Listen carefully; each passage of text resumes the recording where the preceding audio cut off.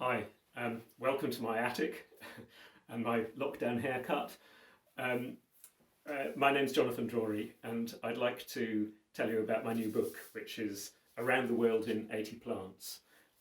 It's been my sort of labour of love, my baby I suppose, and he or she is now ready to meet the public, which is a rather scary moment for any author.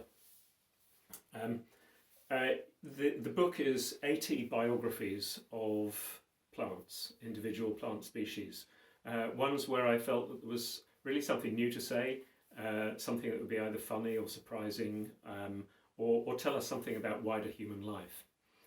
The stories, these biographies, are a sort of intertwining, I suppose, of plant science with human stories, with history, with culture, with etymology, with folklore. And I hope that whatever angle people come at them at, I hope there's something surprising for everyone.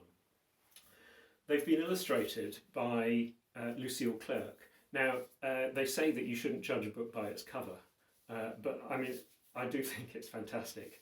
Of course, I'd like to think that what's inside it's fantastic, but I can tell you for certain that the illustrations are absolutely marvellous. Lucille has done this sort of witty, whimsical, just sort of so, she's so French actually, and they're just sort of gorgeous illustrations that she's done. And I like to think of the text and pictures as siblings, really. I think they support each other really well. I hope they do. That kind of beauty and science, I hope, is represented in the book. As it was with Around the World in 80 Trees, and there's the lovely cover of the paperback that Lucille also illustrated. And if you've read that, then you sort of know the format of the 80 Plants book. There are stories in here of the oil palm, which of course we know the environmental story, but did you know about the musical story from West Africa? There's the agave, absolutely a symbol of fertility for the Aztecs. We know it, of course, for making tequila, but the honey water and the 400 breasts of the fertility goddess Mayahuel makes a fantastic story.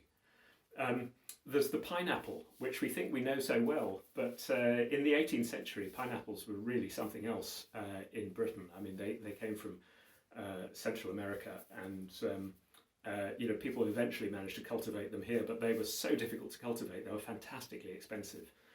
So people used to rent them out as an accessory for parties. You'd take the one in a little bag, like people take chihuahuas now. There's the creepy Spanish moss, which drapes all over Gone with the Wind and so on. And that's actually a relative of the pineapple. And that plant lives by sort of deriving its nutrients from dust and detritus in the air. But it has this very interesting link with hoodoo and voodoo, brought by slaves when they were taken from Africa and settled in the southern United States. There's definitely a creepy side to that story. And then there's the creepy world of orchids and carnivorous plants, the colonial history of indigo and amaranth, the aphrodisiacs and poisons, and the stories of derring do. And I hope that within the book there's a selection of things which seem familiar, like clover and barley and so on, but actually have a really unusual story to tell, as well as things which you may not know so well, like the peacock flower, with its story from Barbados. So won't you join me on a trip around the world in 80 plants?